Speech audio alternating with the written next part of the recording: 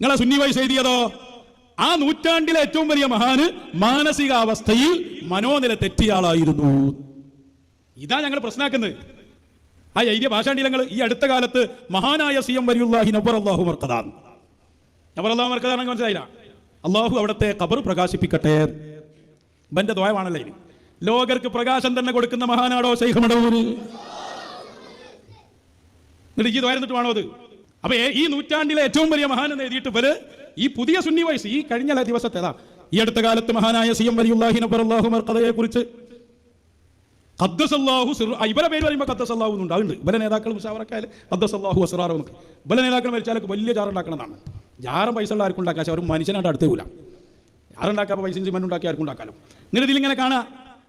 അതാ തുടങ്ങിയ പാട്ട് പാടിയവരും അതിനെ ന്യായീകരിച്ചവരുമായ കള്ളത്തൊരീക്കത്തുകാർ ആ വിഷയത്തിൽ അദ്ദേഹത്തെ പിൻപറ്റുകയാണ് എന്നാണ് അവകാശപ്പെടാറുള്ളത്. അദ്ദേഹം എന്നൊക്കെ പറയുന്നതിനെ കുറിച്ചാ ലോകരാജാവ് ശൈഖ് മടവൂർ.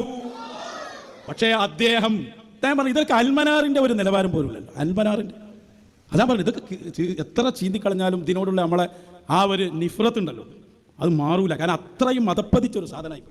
എന്നിട്ട് നിങ്ങളെ സ്നേഹിക്കണം, ഞങ്ങൾ പോയി പണി നോക്കാന്നല്ലാതെ. ഇത് കണ്ടില്ലേ, അദ്ദേഹം അപ്രകാരം പറഞ്ഞതായി യാതൊരു രേഖയുമില്ല. ഇവിടെ പോയി ഇരിക്കാണല്ലോ ഫുൾ ടൈം. ശൈഖുൻ എന്താ പറഞ്ഞു നോക്കാൻ? എന്നിട്ട് അതിൽ പറഞ്ഞല്ലോ, ഇനി പറഞ്ഞു വന്നാൽ എന്ന് പറഞ്ഞാൽ മാലിക്കുൽ മുൽക്കൊക്കെ പറയുന്നത്, ഇങ്ങനെ ശൈഖുനെ പറഞ്ഞു എന്ന് വന്നാൽ, അവിടെയുള്ള പ്രശ്നം വന്നാൽ തന്നെ അത് അദ്ദേഹത്തിന്റെ ജദ്ബിന്റെ അവസ്ഥയിലാണെന്ന് വ്യാഖ്യാനിക്കണം. മുക്കല്ലഫുകളായവർ അത് പിന്തുടരുന്നത് എങ്ങനെ എന്ന് പറഞ്ഞാൽ, ശൈഖുന അത് പറയുന്ന സമയത്ത് ജദ്ബിലാണ്, ബുദ്ധിയില്ല. അതുകൊണ്ട് ശൈഖുന മുക്കല്ലഫല്ല, പ്രായപൂർത്തിയും ബുദ്ധിയും ഇല്ല. ബുദ്ധിയുള്ളവരെങ്ങനെയത് അംഗീകരിക്കുക? അതാ സുന്നി വേഴ്സ് ചോദിക്കണത്.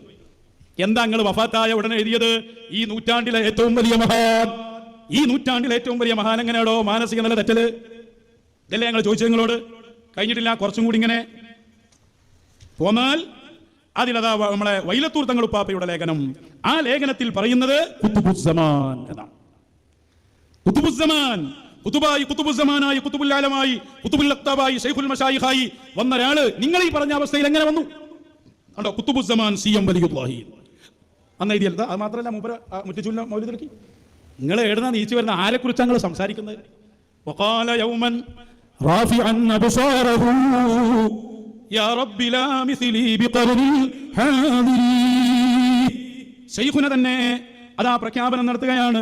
മൗലിദുൻ നൂറിൽ നിങ്ങൾ SYS പ്രസിദ്ധീകരിച്ച മൗലിദിൽ തന്നെ ആ വാചകമില്ലേ, ഈ കാലഘട്ടത്തിൽ, ആ കാലഘട്ടത്തിന്റെ പരിധി എത്രയാണെന്നറിയില്ല, എന്നെ പോലെയുള്ള ഒരാൾ വന്നിട്ടില്ലെന്ന് മഹാനായ ശൈഖുനാ മടവൂർ.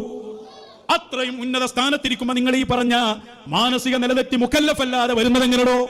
ബുദ്ധിയും പ്രായപൂർത്തിയും ഇല്ലാതെ നിങ്ങൾ ഈ പറഞ്ഞ സംഭവം, നിങ്ങൾക്ക് ഇതിൽ എന്ത് തമ്മീസായത്?